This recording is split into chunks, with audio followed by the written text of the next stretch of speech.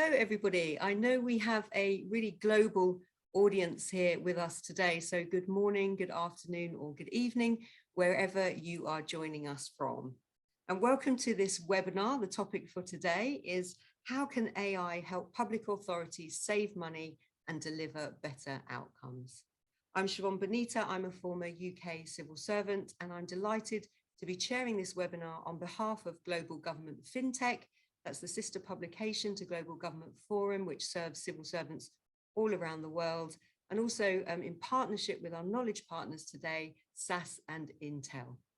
Now, in terms of what we'll be discussing today, artificial intelligence is being used by a growing number of governments and public authorities, helping them to help with tasks related to public finances, financial services, and a whole range of other public services. And departments around the world are using AI to help save money, become more efficient, and deliver better outcomes. Everything from automating repetitive tasks to helping with spending allocation decisions and identifying fraud. But there are also still many, many areas of government with untapped potential for the deployment of AI. We have a superb panel with us here today, and we are going to be discussing all of those issues and much more.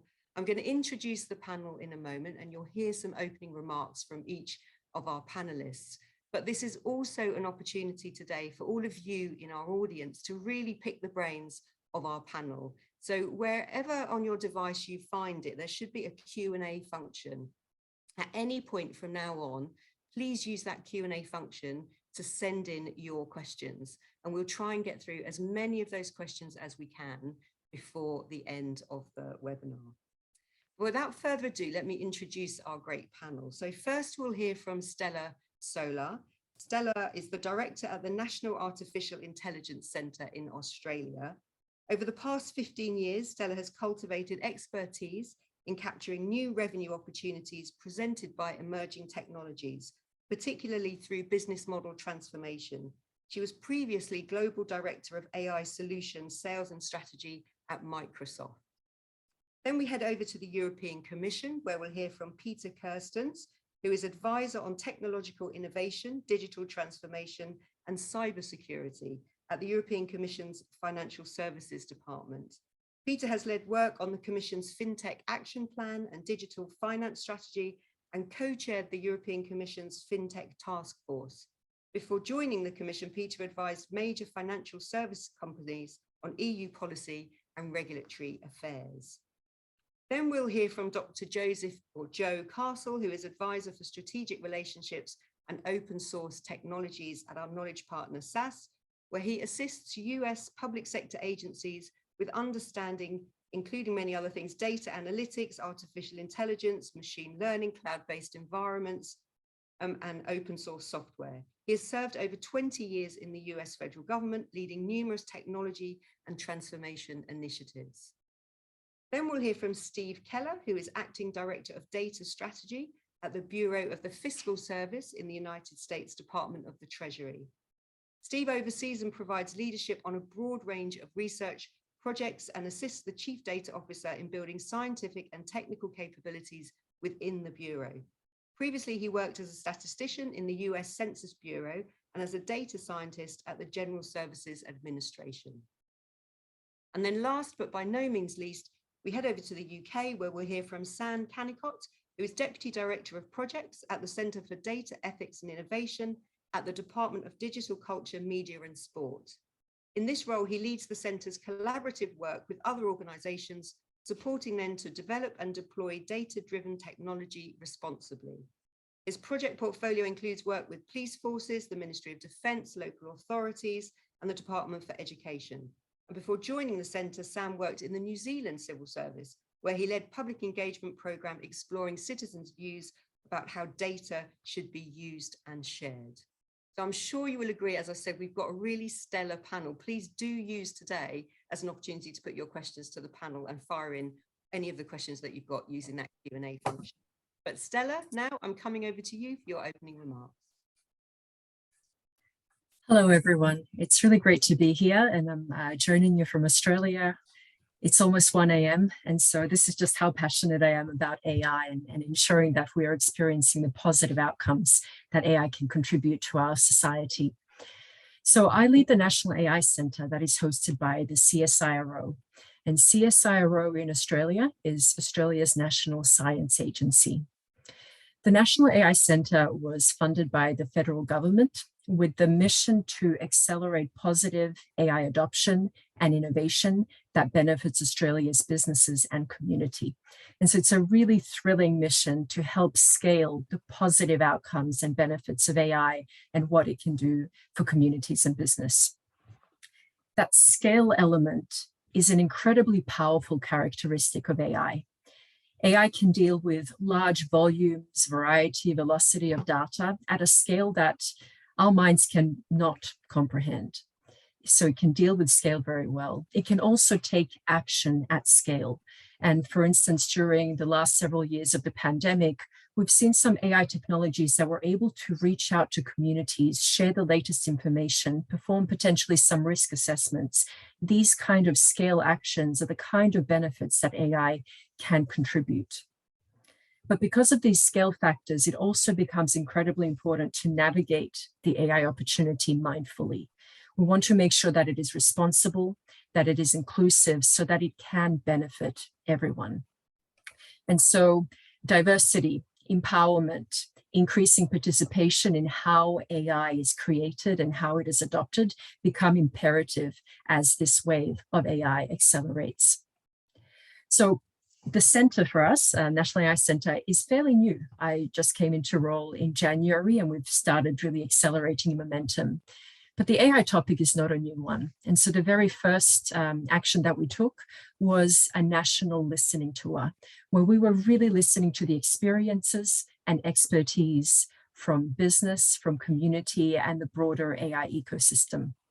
And I want to share 3 key points that are critical when it comes to scaling of the benefits of AI. And I think these will be very relevant to some of the thinking that you yourselves are taking on as you are exploring the AI opportunities for yourselves and your organizations. The first imperative is connecting business with the fantastic research capabilities that an organization, that a country has. For us, what we found during the listening tour is that there were many research and innovation organizations around Australia which were world leading. In fact, we're such a large country, but with a relatively small population. If you compare, Australia is the size of the US, but with a population of 25 million people. And so our geography, but relatively small population, has actually built some strengths in our innovation and AI ecosystem. So we found leadership in field robotics, in remote operations, in computer vision, in responsible AI. And what we also found in parallel is that the businesses were not aware of this capability that exists. And so one of the first steps that we'll be taking in helping scale this adoption is connecting business to this tremendous world-leading research capability. And this is going along in that theme of scaling AI benefits and outcomes, because unless we empower every business to be connected to those opportunities, we won't really succeed. A second key insight is around small and medium businesses.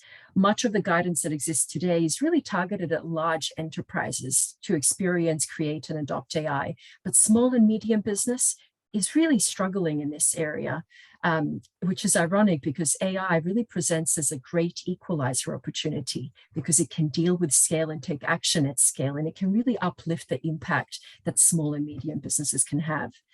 So really thinking about what we can do to enable small and medium businesses, and small and medium businesses rich in diversity and perspectives and industry representation. So it really goes a long way to create thriving communities and regions. And the third area that's critical is community understanding. So for us, what a really interesting signal from businesses is that their own AI adoption was able to be either accelerated or stalled based on the understanding of AI that the community that they operated in had. And so this was a really revealing factor of just the power of community understanding and how it can affect innovation, acceleration, or potentially slow it down. Not only that, but when it comes to community understanding, it is one of the feeding energies into the skills gap and the skills opportunity that we have.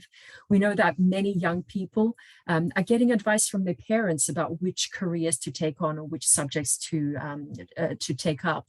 And so broadening that community understanding, empowering more individuals across communities to understand what AI is, will have flow-on effects into the kind of subjects, the skills, the careers, and the conversations that are being had every day in families, at homes, amongst friends. And so we really see the community understanding as a critical factor into actually accelerating the uptake of AI technologies in business and also in addressing some of the skilling opportunities. And finally, to wrap up, community understanding is incredibly critical in order for us to get engagement from diverse perspectives in how AI is shaped, how it's created, how it's implemented.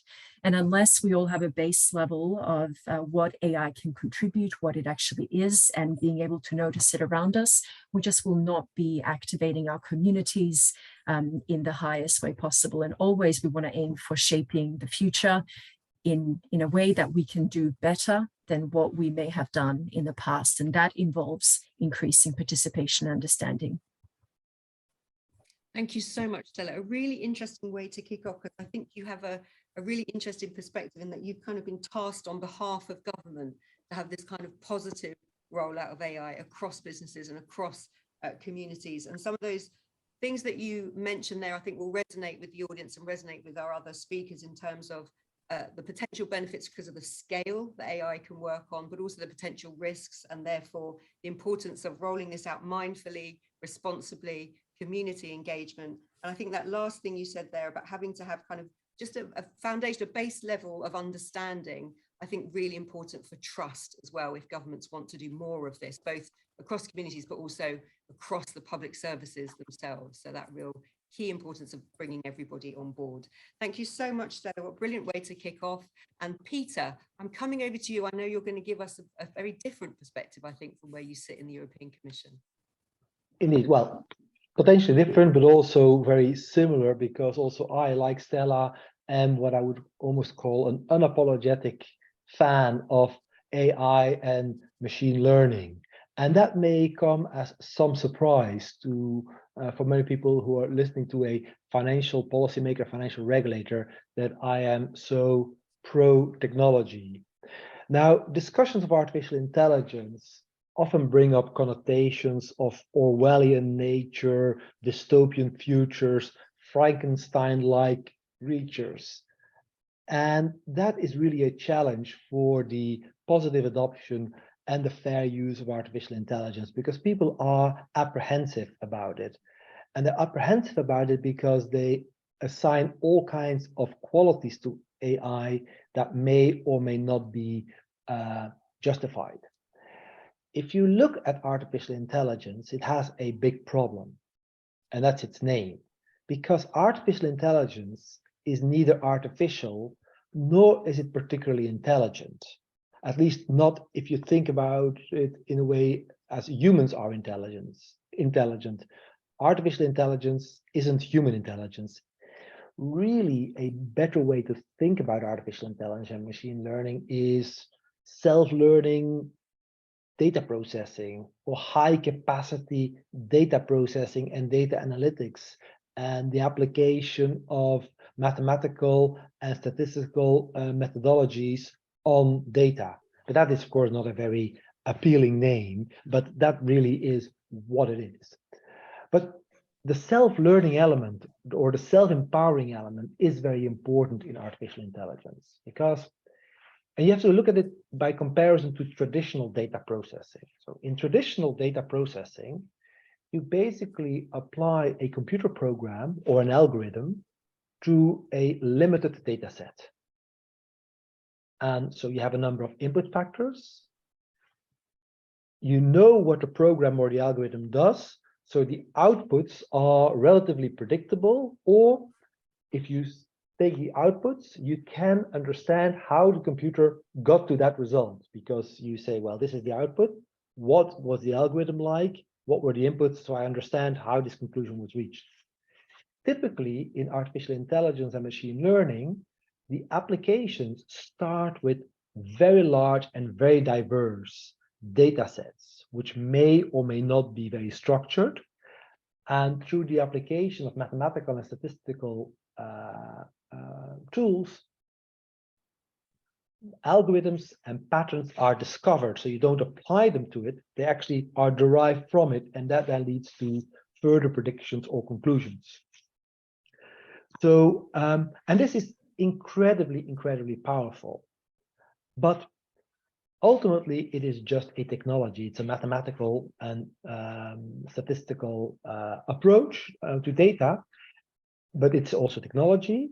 And like all technology, it enhances human and organizational capability for the better, but potentially also for the worse. So it really depends on what use you make of that tool. You can make very positive use of it, but you can also make very negative uses of it.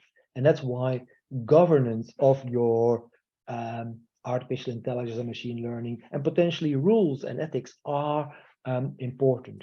Now, if I look into the financial sector, which I really deal with, both in the financial markets, but also in regulation, I see that the use of artificial intelligence is only really just emerging. And that's also because financial institutions themselves are not at all, they're a bit apprehensive because they like to apply their own models to the data. They don't like to just hand over decision-making to a machine which they can't manipulate or they can't predict.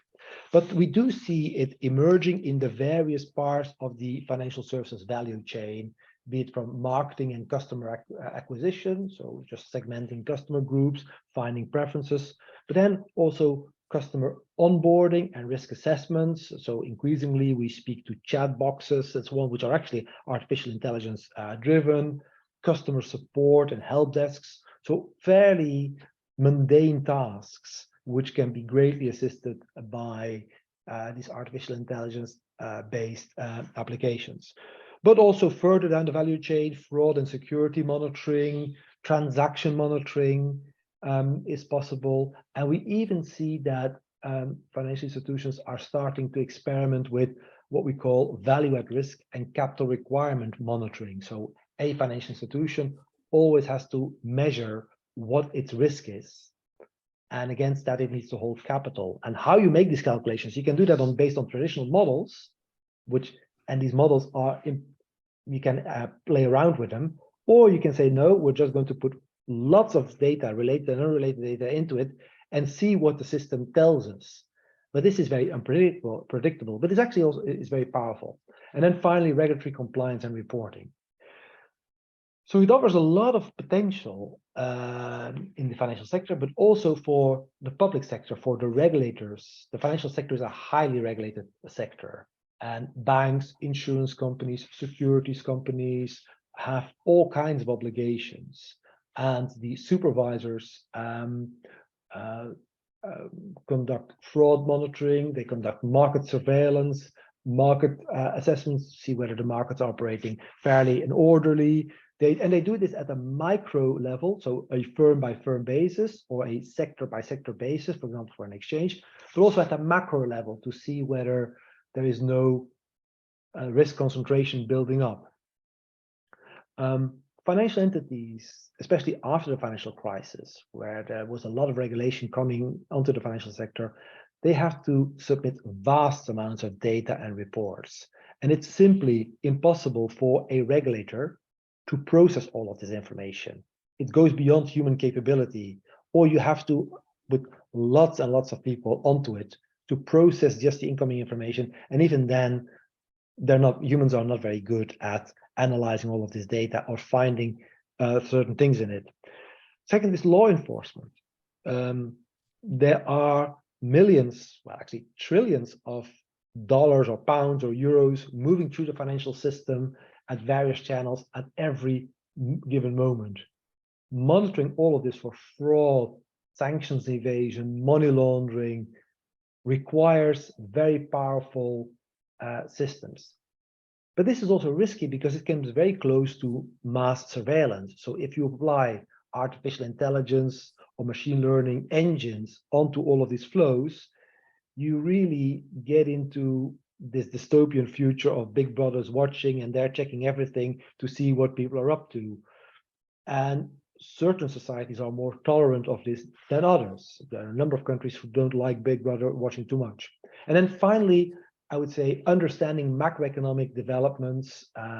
Now we have an energy crisis, and there is inflation in a lot of countries.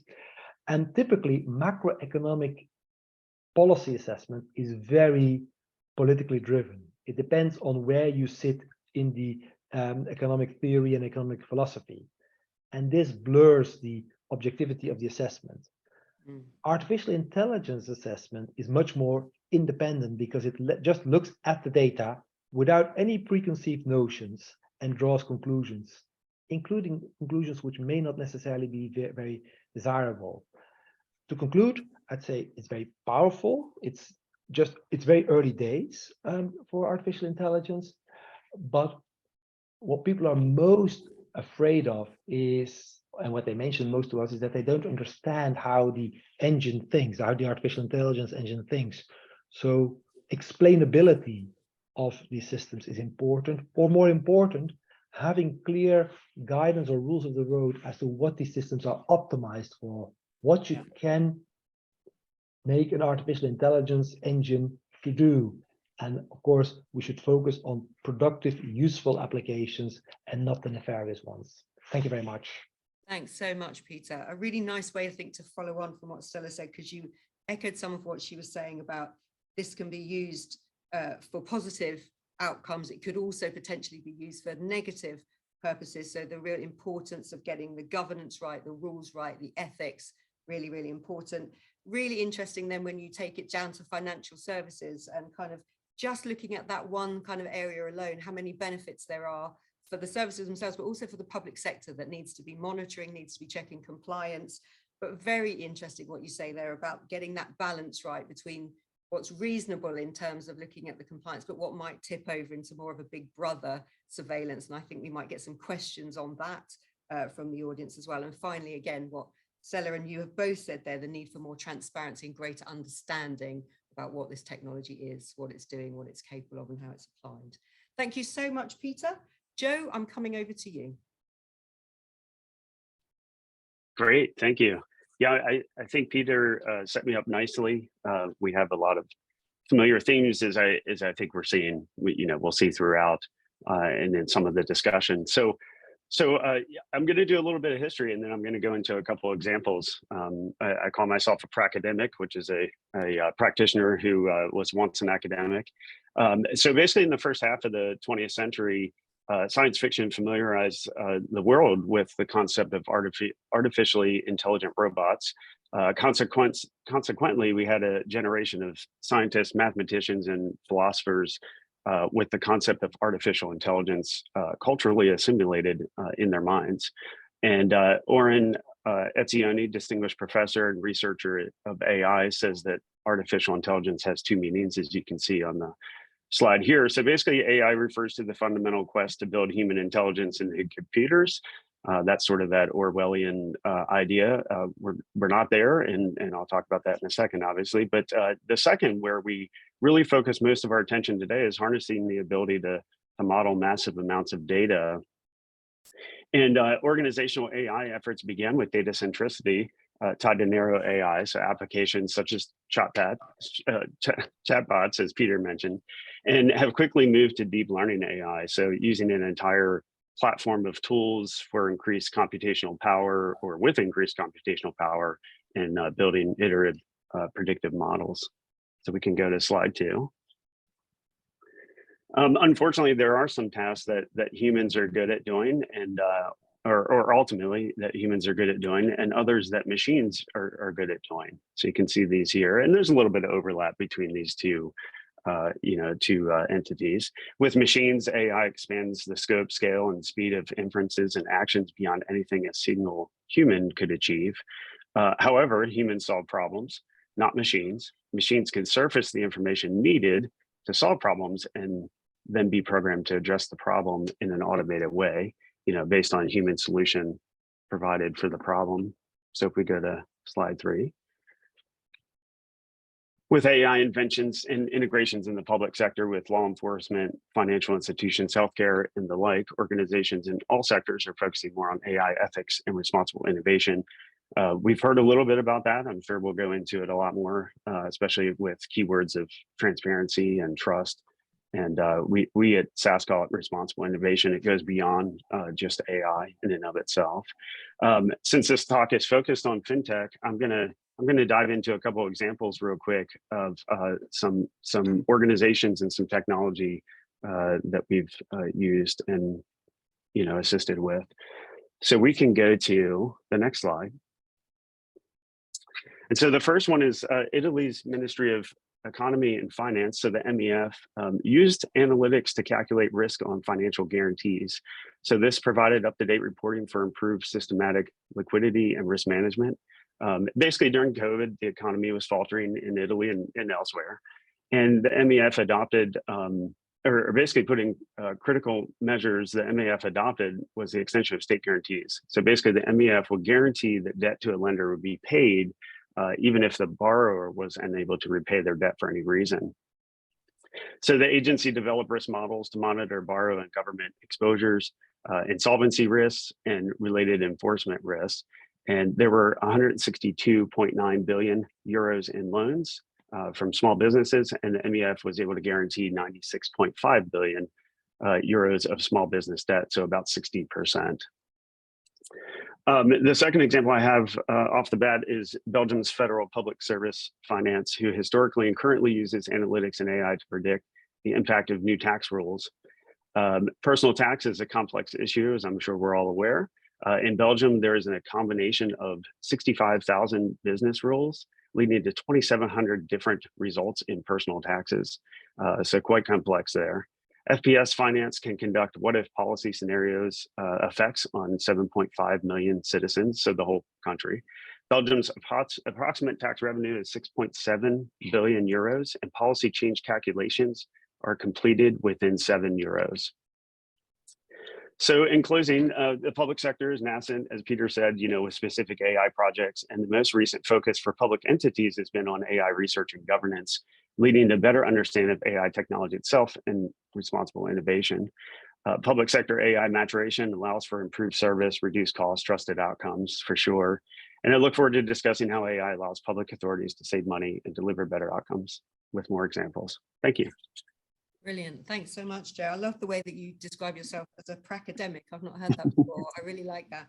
And the slide that you had there with kind of what humans can do and what machines can do, really nicely, I think, showing how AI complements, or I think, as Peter said, enhances what humans can do, doesn't substitute or replace entirely what humans can do. So that was really interesting to see. And then really nice to have those two examples. And I think what's come out, I think, from the three speakers so far is the whole range of areas in which AI can be employed. So whether it's kind of risk assessment, identifying fraud, but also increasing, as you say, looking at the impact of policy as well to improve public service delivery. So real potential there for using AI in a broader sense. And as Peter was saying, as you said, increasingly now looking in the space of finance as well as other policy areas where I think it was deployed earlier.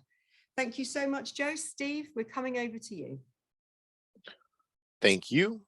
Hello, everyone. Steve, your sound has gone. You were fine at the beginning, then it's suddenly gone off. Am I there? Yeah, there you go. There we go.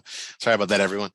I just wanted to start with, in the middle here, just a reminder of why AI is important at all. It can be a little easy to get lost in the terms and strategies. Just a reminder, we're trying to improve decision accuracy, forecasting, and speed. We're trying to use data to make scientific decisions. So that means testing and verifying our assumptions with data to help make sure that we don't break things, but also help us ask important questions. So for this presentation, I wanted to talk about our strategy at the Bureau of Fiscal Services for public sector data science. So who we are and what we do really quickly, but also focus more on the data cultural elements like education and other intangibles that help encourage ethical adoption of AI. So our group is the Bureau of Fiscal Services, and we're situated within the Department of Treasury. So you have collections elements, you have other elements. Our element specifically is the element that you would think does Treasury type functions. We bring money in, we move it around to the correct departments and agencies within the Bureau. So with that being said, there's at least 4 user stories I wanted to run through with everybody just to give a sense for the types of things that we look at for what's important within our offices, especially for public sector AI. So for example, the first one on here is the Treasury warrants on the left. That user story is, well, we get bills written by the governments. So I'm sure all of us have this, right? Bills written. Now the question becomes is, how do you turn that bill into literally a data set where every dollar that's spoken for in the bills that are written gets an allocation to a certain government entity or to a place? That's what we do with the fiscal services. So one of the AI projects we were working on was how to use natural language processing AI. So how to use AI to turn a document basically into an Excel spreadsheet from scratch. So that's one particular user story that's of interest to us, is basically how you would do this and automate it, keep it going. Another one is fraud detection, which is I didn't lead with that one because I thought that was the boring one, but fraud detection is obviously very important. We're collecting information on revenues. There's payments coming out. Are entities that we are dealing with, are they correct? Are people actually who they say they are? And how do we detect that at scale? That's an obvious one. Monitoring is something that will probably show up in a lot of public sector work, where one of the things that we have to do is we're going to have people logging into systems. We have that now. We do it now to some degree. But is there a way to track the users? So this is also not only on the side of the public sector who might be using services from the government, but also internally. Are people using the services correctly? Are they doing odd things? So basically, this is think of this as this could be systems log monitoring, systems use monitoring. So how do we, or it could even be examining time series or project monitoring. It could be, are we over budget, predicting budgets in the future? Those types of activities can happen as well. An entity resolution is we're collecting data from so many elements, and oftentimes in large public sector areas, the left hand doesn't talk to the right hand, and they're collecting data in separate systems and disparate organizations. So we often need to find a way to connect these two up in such a way that we are actually looking at the same entity so that we can share data in the long run. So the data can be brought together and utilized by data scientists or eventually to create AI that would help these other 3 things happen. So to what degree we can actually improve our ability to expedite turning large bills into money, fraud or monitoring capabilities. Next slide, please. So with all that being said, one of our major goals, obviously there's a technical element, but one of the main focuses, as I said earlier, is ethical elements and upskilling and cultural elements. If rushing right into AI and ML, one of the problems that naturally comes from that is AI and ML are inherently random. And you inherently get an answer that isn't always trusted, isn't always going to have the most trust within your organization, because something that was normally had to go through multi-layers of processes to make sure it was 100% accurate might not be anymore. So some of the things that we're trying to implement in the future years, and some things we already have, we're looking at AI governance. If people are around your bureau start buying or around your agencies or governments you're working in, they're going to start buying products and IT products that are going to have AI organically within them, or they're going to be building them themselves. Are we doing it ethically? Are we doing things that are correct? Do we have standards? Do we have analytic standards in what we're building? How are we testing what we're purchasing or building ourselves? Are we following the right process and guidelines? Are we actually getting a value add from the product? That's not just, or is it a total risk?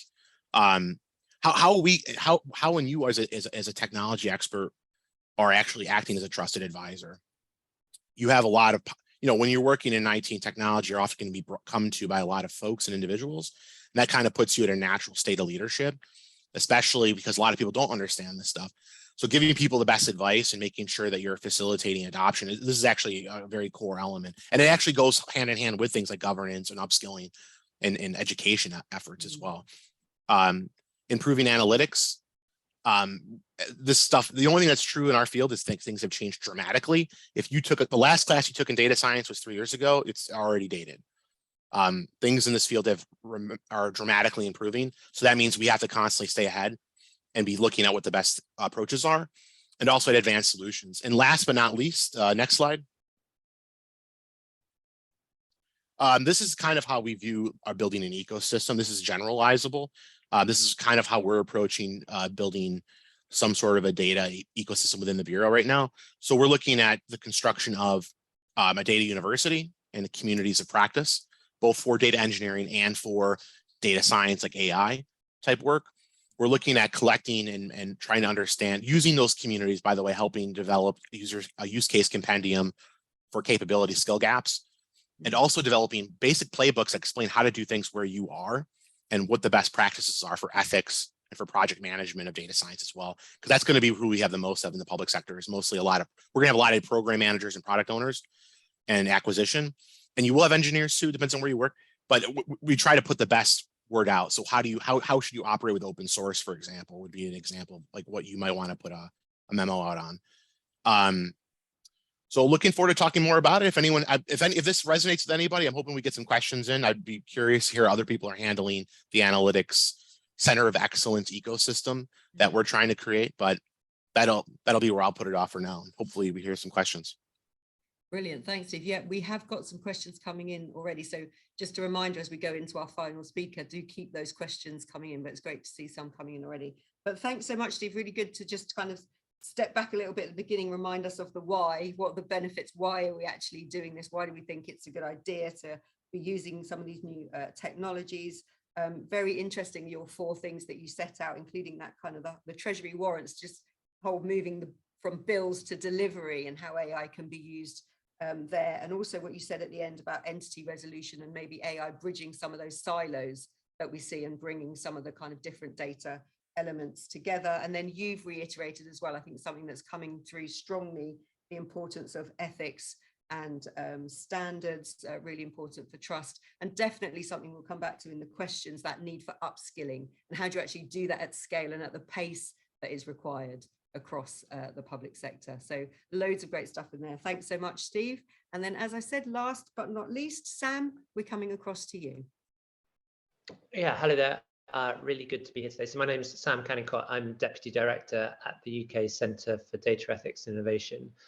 And the centre sits within the Government Department for Digital. And while we're not a policy directorate, we sit alongside policy colleagues, but we're responsible for driving responsible innovation, not just across the public sector, but also working with industry and to think about how we can strengthen the overall sort of ecosystem.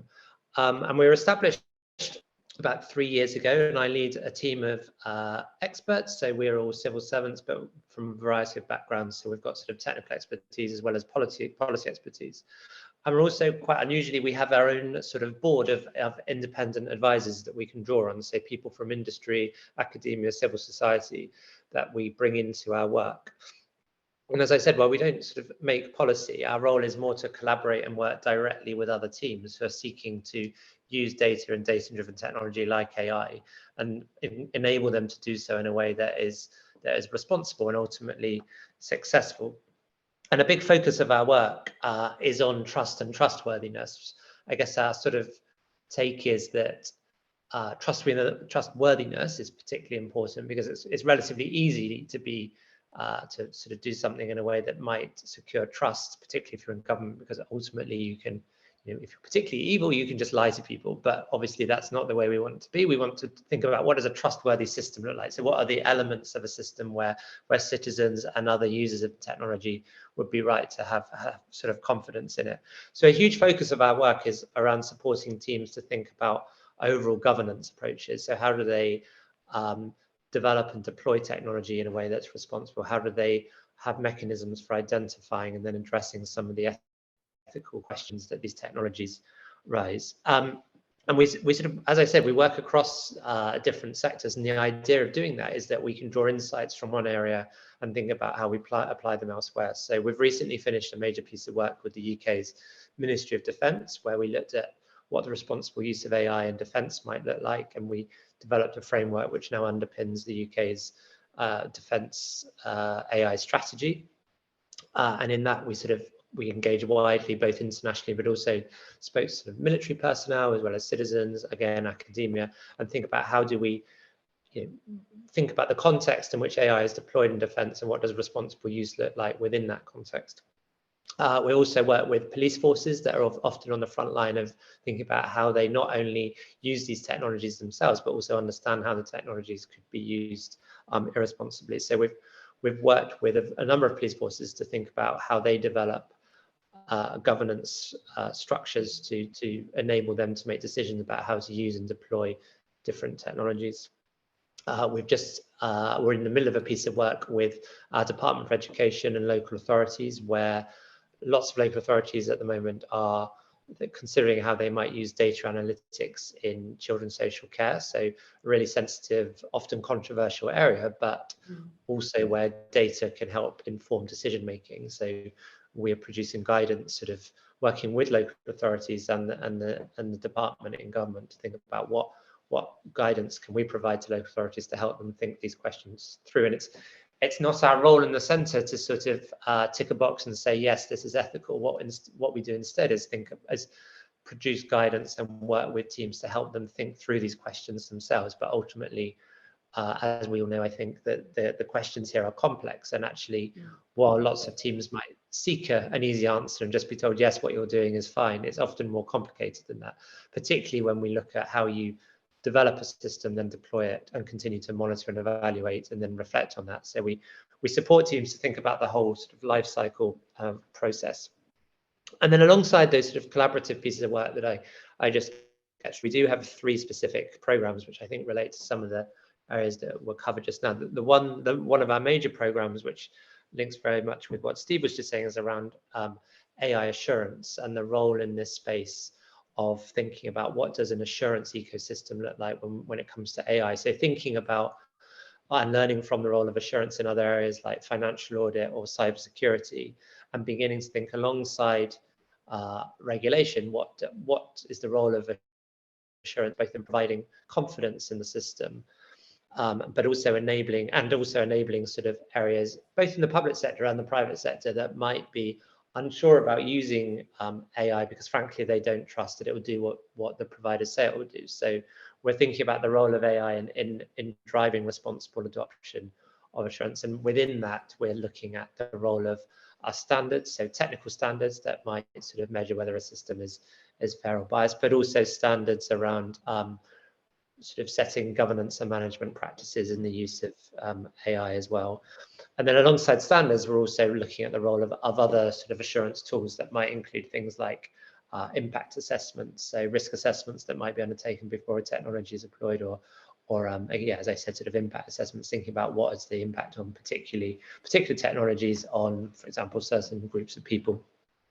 And that's sort of, that piece of work is very much linked in with wider conversations across government about how we govern AI more generally, and think about, yes, regulation in this space, but also those softer governance tools.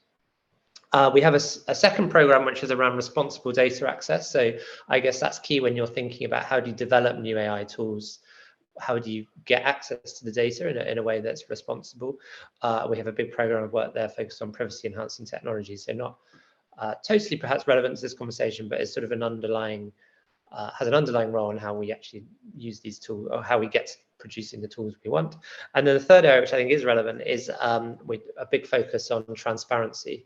So how do you use these tools in a way that is transparent? We've produced a public sector algorithmic transparency standard, so organizations using algorithmic tools can complete the standard, which is almost like a reporting standard, which enables them to set out in a consistent way why they're using an algorithmic tool, and then goes into a bit more detail about where the data comes from and what they've done to check for bias and things like that. And then underpinning all our work is a public attitudes function. So I think it's come up in some of the previous conversations, but how important public trust is. And if you're really serious about public trust, speaking to citizens is crucial. So we run both quantitative work and qualitative work to feed that into all our work. So the idea is that everything we do is underpinned with the citizen view, and we can perhaps flesh that out a bit more in the discussion. But I will leave it there. Thank you so much, Sam. Really interesting that you finished on public trust, which is something I think that Stella started with. So that importance of of helping the public to understand what's being used and why it's being used. Really, really important.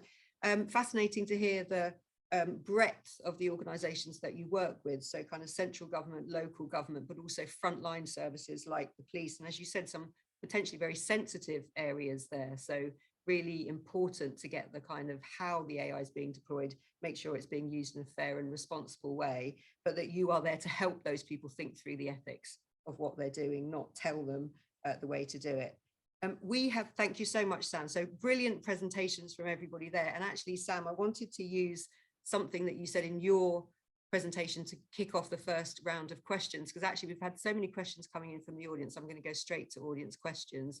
But Sam, you said there about assurance. One of the things that you're focusing on is assurance and how you can provide, I think you were talking about kind of organizations with confidence in the system, but obviously we've also heard about how do you provide the public with confidence in the systems. And one of the questions we had in, one of the first questions were from Pascal Ilbudu, and they have asked, how reliable are AR systems? Can we fully trust them? So my question to all of you is that simple thing. Can we trust them? How reliable are they? And what assurances can we give the public and public sector that they can trust these systems? Peter, we haven't heard from you for a while, so I'm going to come to you on this one first. Well, how reliable are they depends really on how good and how unbiased the data set was that was at the basis of the AI engine, and it's a constant process. So, because people say, well, is the algorithm not biased? But it's not the algorithm, it is the underlying data set biased? Or does the data that you feed into a machine learning engine or an artificial intelligence engine, does it have known biases or something that are a proxy for biases? A particular example in certain countries is that sometimes people use addresses. The people's addresses are, especially in countries where you have very diverse populations and where different population groups and different racial or religious groups live in particular areas, addresses therefore can be a proxy for religious affiliation or for race. And so if you're not careful with that data, your artificial intelligence engine is going to build in these biases, and therefore is going to be biased. The same with, for example, facial recognition. This is well documented, is that people from different parts of the world have difficulty recognizing faces and differentiating with faces from other parts of the world. So you're always better at differentiating humans of people who live close to you than people who live far away in different areas. Now, therefore, for example, Western developed facial recognition technology, which is artificial intelligence, has demonstrated to score less well in recognizing, for example, Asian faces, and the other way around.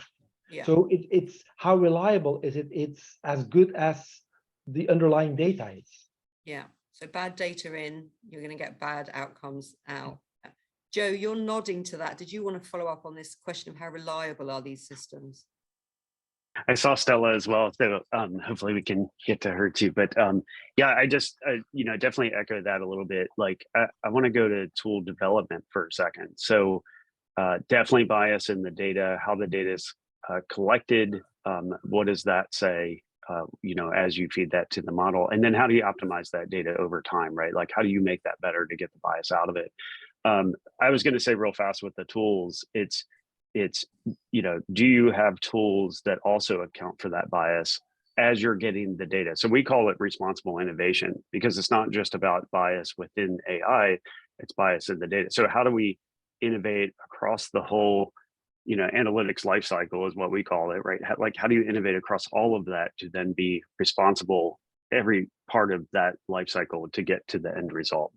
But Peter's 100% right. It's not, the issue is not within the AI itself, but it's what are you feeding that, and then how are you managing that long term? What's the probability of the model? How does it match up to the data, et cetera, et cetera?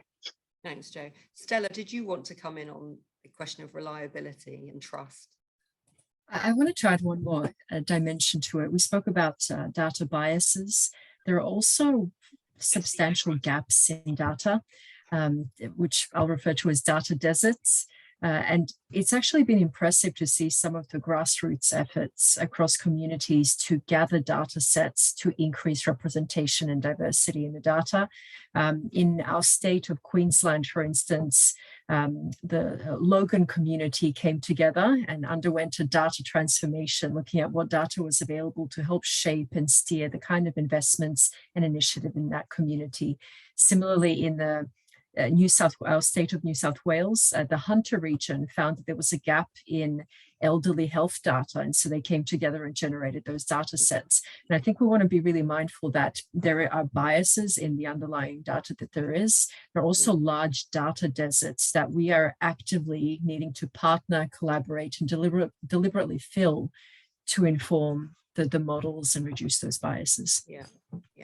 Thanks. So we've got lots of questions coming in, and Sam and Steve, there are a couple directed specifically at you, which I'm going to come on to in a moment. But just to stay on this question of kind of trust as well and biases in the data. So Aaron Wimberley has just said, does AI enhance religious and cultural proxies, like which you mentioned, Peter, like facial technology, for example, with women who choose to wear a hijab when they do basic banking needs? I don't know if anybody would like to comment on that. But Kevin Cunnington has also asked, nobody has mentioned data twinning or synthetic data yet. Both are very important topics in AI. Does anybody like to comment on that? So does that follow on, Stella, from anything that you're saying about data gaps or anything that the issue of data twinning? I will, maybe not directly to that point, but this idea of synthetic data, I think is a really important one for privacy and security.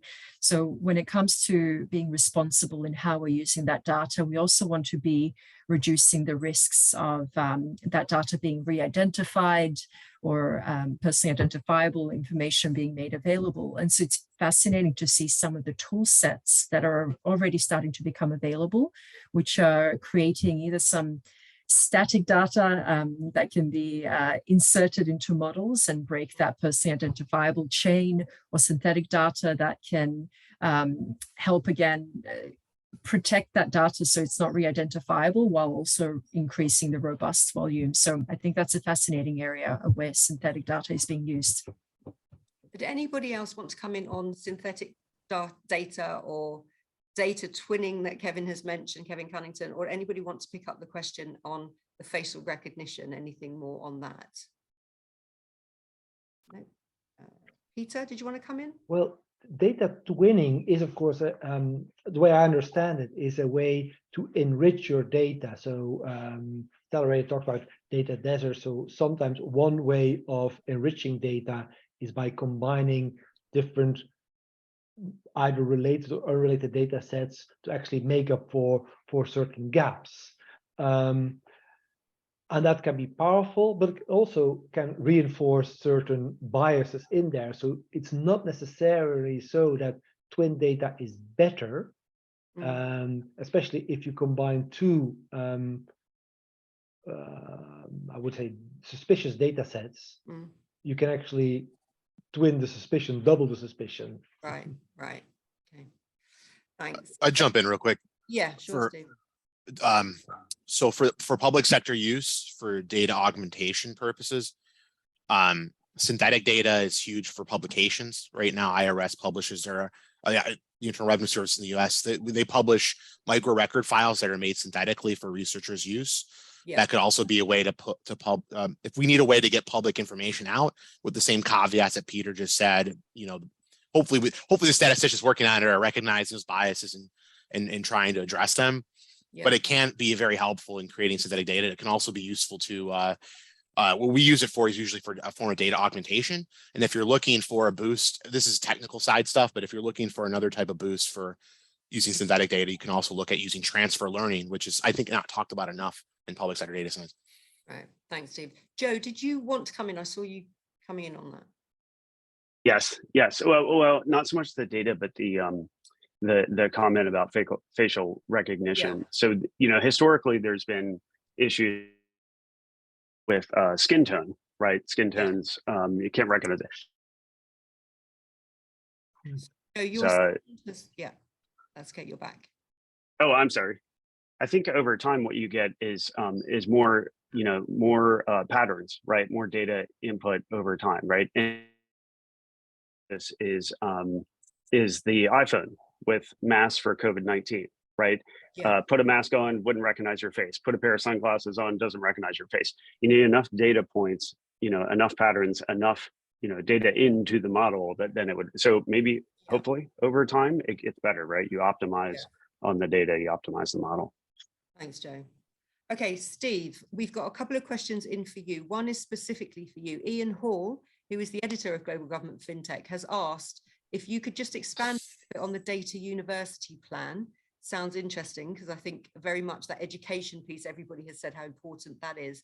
But also there's a question, so if you don't mind answering that, and then a question from Anis Joshi, which I think will be relevant for everybody, but she's put it to you, Steve, is how do you overcome a kind of discomfort of policymakers who are not traditionally technologists and encouraging them to adopt or experiment with AI technologies? So how do you actually, get general policymakers to agree this is a good idea? I think that's something that everybody probably has a thought on. So Steve, would you like to just give us your quick thoughts on those two, and then I'll ask the whole panel about the second part.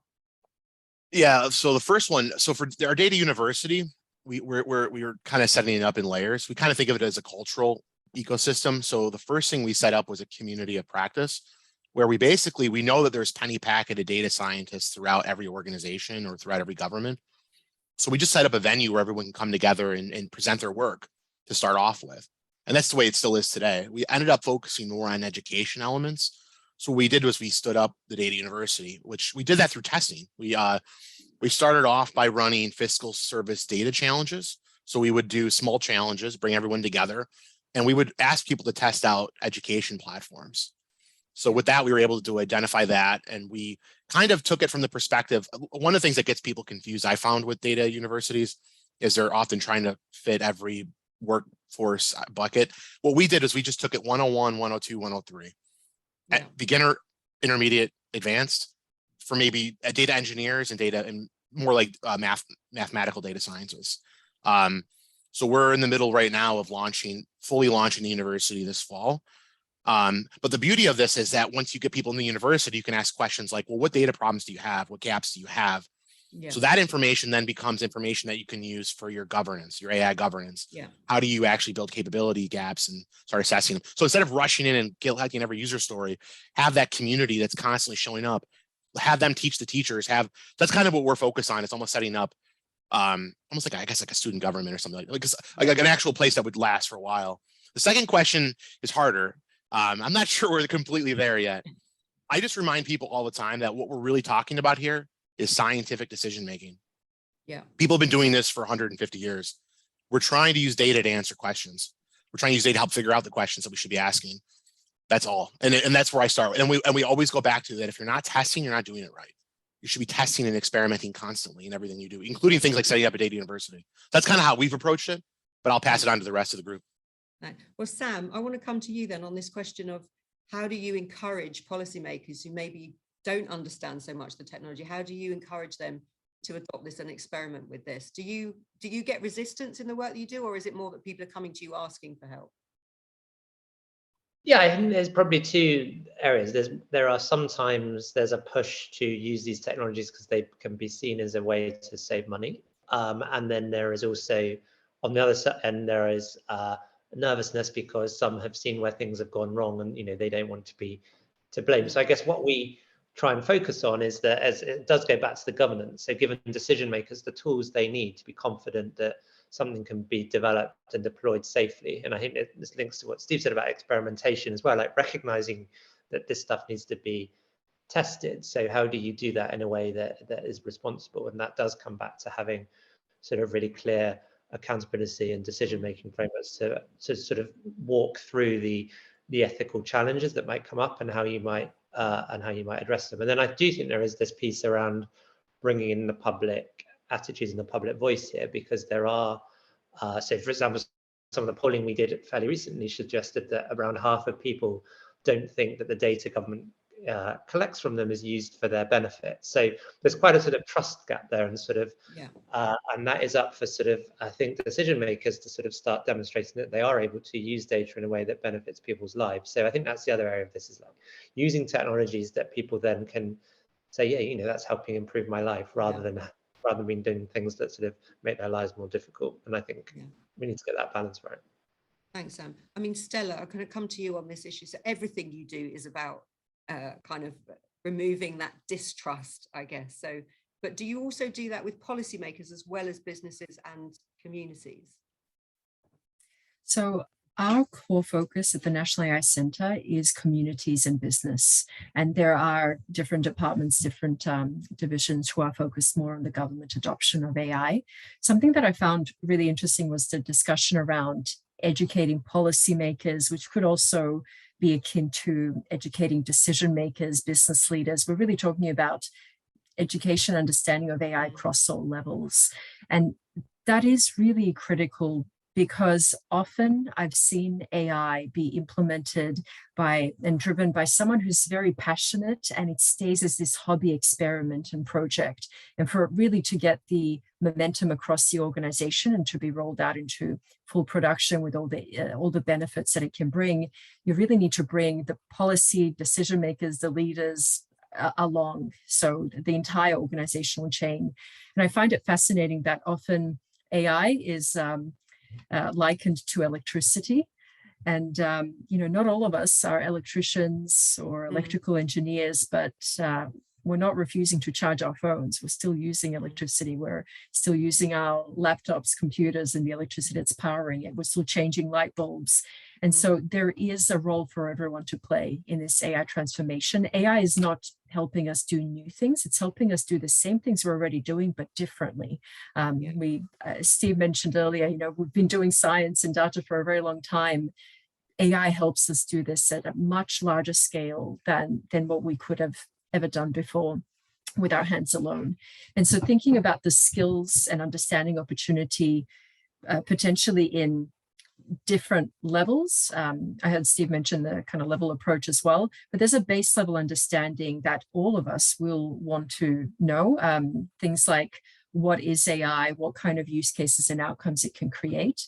And that there are specialized streams as well for the data scientist, for the machine learning engineer, for the AI developer, for the AI ethicist. There are many different specialized skill paths, as well as this general base level one. Thanks, Stella. Peter and Joe, you can definitely answer this question on how do you get policymakers to kind of adopt these technologies, but we've got so many questions coming in. I also want to ask, move on and ask you to this follow-up question. I think it's related to it. So Kevin Cunnington, who was the former head of the Government Digital Service in the UK, he's put in a comment and a question saying, Peter, this was kind of aimed at you. He thought your outline of the various applications of AI across the financial services was excellent.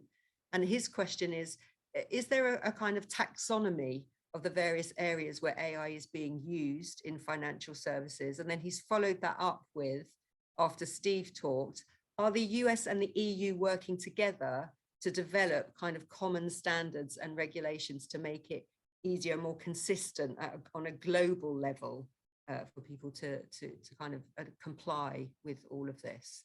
So Peter, your thoughts on all of that? Well, there isn't really a taxonomy, or not one I know of, because artificial intelligence can be used in any business line where data play a role. And actually that also goes to the previous debate, is that Stella compared it to electricity. And of course, to some people, electricity is also magic, and some people are afraid of it, but they still use it. Some people say, well, I only use it if it is not from fossil fuel or if it's not nuclear. So there's that thing. Steve also said something very interesting that goes again into the taxonomy and what can you use it for. And that really relates to whether we are into scientific policy making, and many civil servants are indeed into scientific policy making, in database policy making, or if you're in the business line in a company, whether you have a particular problem to solve in your business line, and whether technology and data can help you, or are you more like what I would say a CEO or a politician who run very much more on ideas and on doctrine? And if you run an organization or a governmental entity based on politics, artificial intelligence isn't something you're going to like very much, because it is the data speaking to you. Now they do like artificial intelligence and data when the data confirm their doctrinal or political view, but if the data do not support that view, they'll dismiss it. So the thing is that, is there a taxonomy? No, there isn't really a taxonomy, because you can use it basically for every business line to improve the quality and the independence and the objectivity of your approach, or the volume, your capacity. It enhances your capacity. As to whether or not there is EU-US cooperation on it, I'd say it's not very developed to my knowledge, this cooperation, partly because what is acceptable, or what is a high-risk application of artificial intelligence views differ a bit on that. Yeah. And I'll give a very concrete example. In the United States, for example, having access to credit is seen as a fundamental consumer right. Like, you can't get by if you don't have access to credit. The continental European view about credit often is that credit is something dangerous and consumers should be protected against it. So in developing rules for artificial intelligence, high-risk use cases of artificial intelligence, our legislator is actually considering credit decisions as a high-risk application. Right. And this may lead to, so I'm not certain that our colleagues and friends in the US would see it the same way. The other element, which is of course different, is that to develop artificial intelligence, you need vast amounts of data. You need a lot of data processing, personal data and non-personal data. And of course, Europeans tend to look at personal data and personal data protection in a different way than people in the US do. Yeah, thanks, Peter. Joe, we're going to have to keep it quick because I want one final round of questions after, but your thoughts on anything to do with kind of global standards, but also encouraging policymakers to adopt these technologies? Yeah, I would just add, I was kind of smiling there when Peter said that. We view credit as a bad thing as well. It's just easy to get, which could also be a bad thing. But, you know, I was going to say there's a lot of, we defer really quickly. We always go to responsible, you know, AI and ethics, and we should, right? Because those are really the worst case scenarios, right? Things go off the rails quickly, and it's like, oh no, this is bad. But there are a lot of really good use cases and really good examples of how AI is helping, right? We started off with simple things like chatbots and you know, open up your Microsoft Outlook and then here's all the threaded things that ever happened in this email, which is very helpful, to lending, right? Like you submit a loan application and within seconds, minutes, potentially you are, you know, approved, not approved, have a good rate, not a good rate. You know, you can make decisions quickly off of that. It's just when the other things go wrong, then it's pretty severe. So I think for policymakers, real quick, it's anecdotal evidence. It's you know, some outcomes and numbers. Like, you know, one of my examples, the Italian example, the Italian government example of, you know, 60% of those, you know, defaulted you know, loans were you know, were backed by the government, which, you know, helped the lenders and the economy stay stable for, you know, through COVID. So there are really good examples that you can then show policymakers and, you know, help the AI cause there. Brilliant, thanks, Joe.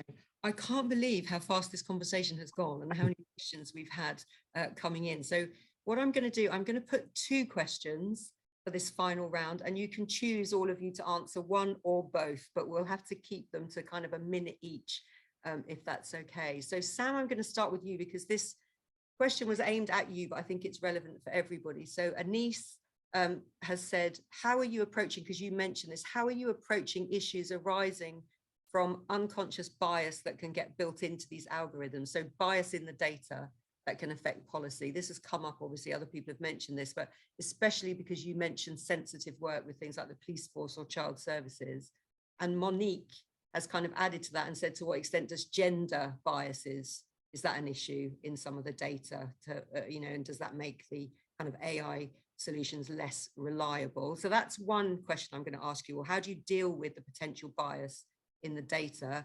And then Gavin has asked, how does responsible AI sit within defense and its use within the battlefield? And I think I want to broaden that.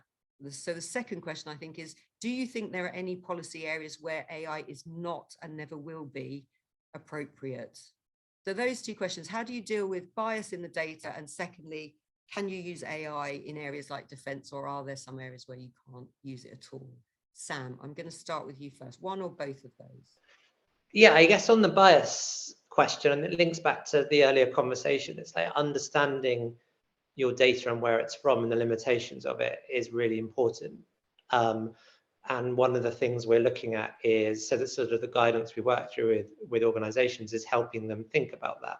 And it's really important that increasingly now public sector organizations are sort of being sold off the shelf tools. And actually, that's quite a dangerous space to be in, because, for example, if you take children's social care, different geographies, different locations, different populations of, there's all sorts of different factors in that data. So if you're not clear on where the data's come from to build those tools initially, then you probably shouldn't be using that technology. And that's also where testing and experimentation is really important before wide-scale sort of deployment. So I think, yeah, understanding the bias in your data from the beginning is really important. And then we're looking at that through our assurance work as well, because there are tools being produced now to understand, to sort of think about standards in this space, and also what fairness looks like in algorithmic outcomes. And obviously that depends on the context you're operating in. But just very quickly, yeah, so the role of technical standards there is really important. Yeah. And I think on just the second question, like, quickly, are there areas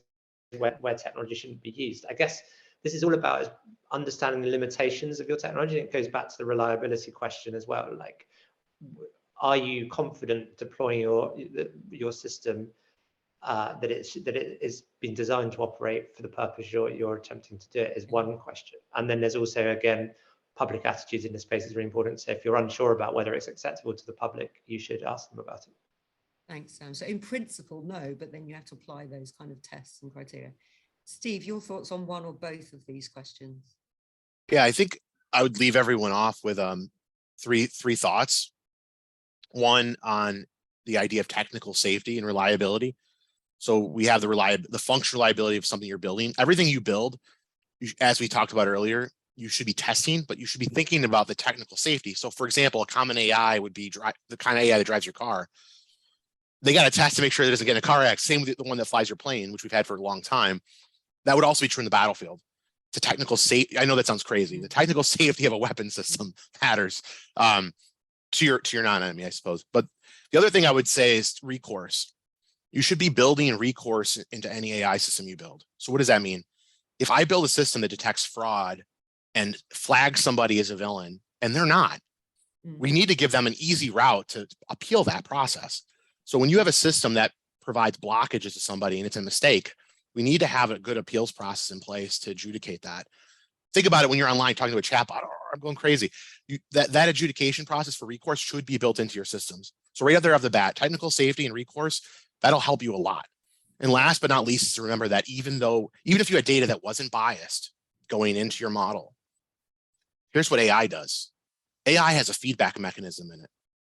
AI will create new data for you and also cause a recursive feedback loop. So think of it like this: you're on Twitter. What if there's a billion bots on Twitter and we're collecting Twitter data on tweets, and those models are being read off those tweets, and you end up having something that can spin out of control. And that actually happened on YouTube. That was a major problem on YouTube with their ranking systems. So keep in mind that your data can actually become biased when you have people on the system, or if you're influencing behavior on the system through AI. So those are the three things I'd leave everyone with on those topics. Thanks, Steve. Joe, final thoughts from you on these two issues. I was gonna, on the bias and the data, I was gonna go back to think about data collection, right? Primary research. What's your unit of analysis, and are you is it represented? I think Stella said it.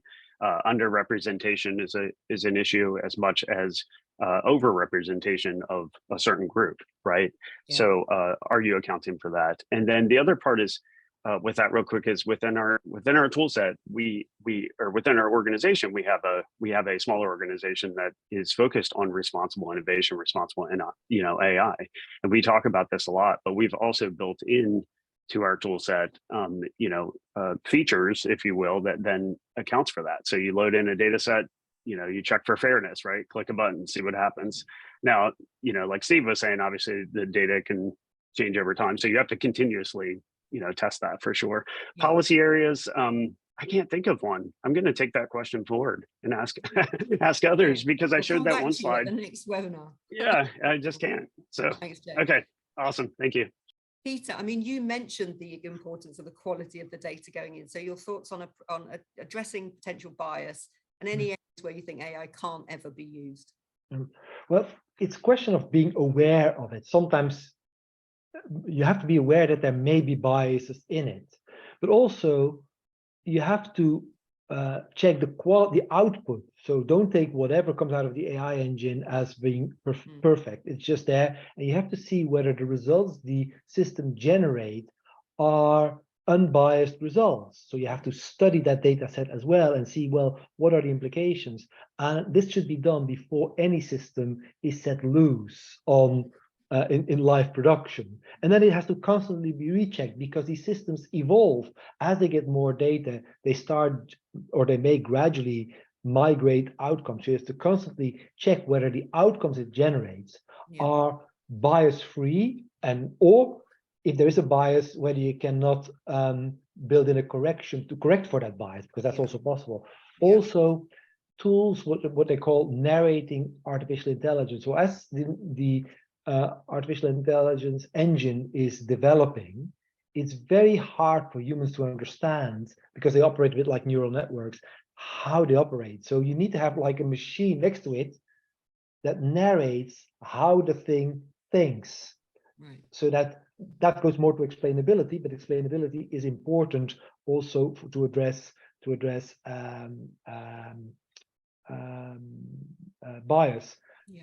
But we'll never get to perfection. I'm not saying that artificial intelligence systems are perfect, but they tend to be more objective than human decision making, because that's very important in decision on bias, is that there seems to be an assumption or a presumption, especially by people who don't like artificial intelligence. They say, oh, it's all biased.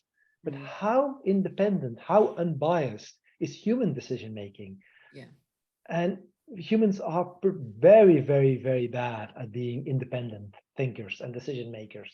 Yeah, thanks, Peter. And Stella, we started with you, so final words to you on this. So I'm going to join the two questions and suggest that co-design and co-creation of the AI technologies or AI systems, together with the communities who this technology serves or affects, will go a long way to address some of the biases, and also will go a long way into the question of what should be done and what shouldn't be done. And so I highly suggest co-design and co-creation. It also goes a long way to building the trust to actually adopt the technology. Brilliant. Thank you so much, Stella. Well, sadly, we are out of time. Just to say to the audience, thank you so much for sending in all those brilliant questions. We haven't managed to get through all of them. We've had so many. If there are any unanswered, we will try to answer those behind the scenes for you. So I'm sorry if we couldn't get to all of them, but we will try and make sure they're all answered somehow behind the scenes. We will have sent you all a questionnaire in the audience. Please do take a couple of minutes to complete that for us. It means we can give you exactly the type of webinars that are most useful for you. You'll see on your screens, we've got other webinars coming up. There's more information on our website. There's one there on the 1st of November, getting the most out of government data, but we've got a whole host of webinars on our website. So please do check those out. Thank you to SAS, supported by Intel, for being our fabulous knowledge partners today. And thank you to our amazing panel. So to Stella, to Joe, to Peter, to Steve, and to Sam. Thank you so much for giving us all your time and your expertise. It really was a really informative, fascinating and engaging conversation. Thank you so much. We will be sending a link round to everybody with this video. Everybody who registers, you can watch it all again. You can share it with your colleagues as well. And there will be an article in a week or so's time with the key points from this conversation, which we will send out to everybody as well. But for now, it's just down to me to say, enjoy the rest of the day wherever you are. Thank you so much for listening. And I hope we see you on one of our webinars in the very near future. Thanks, everybody. Goodbye for now. Thank you.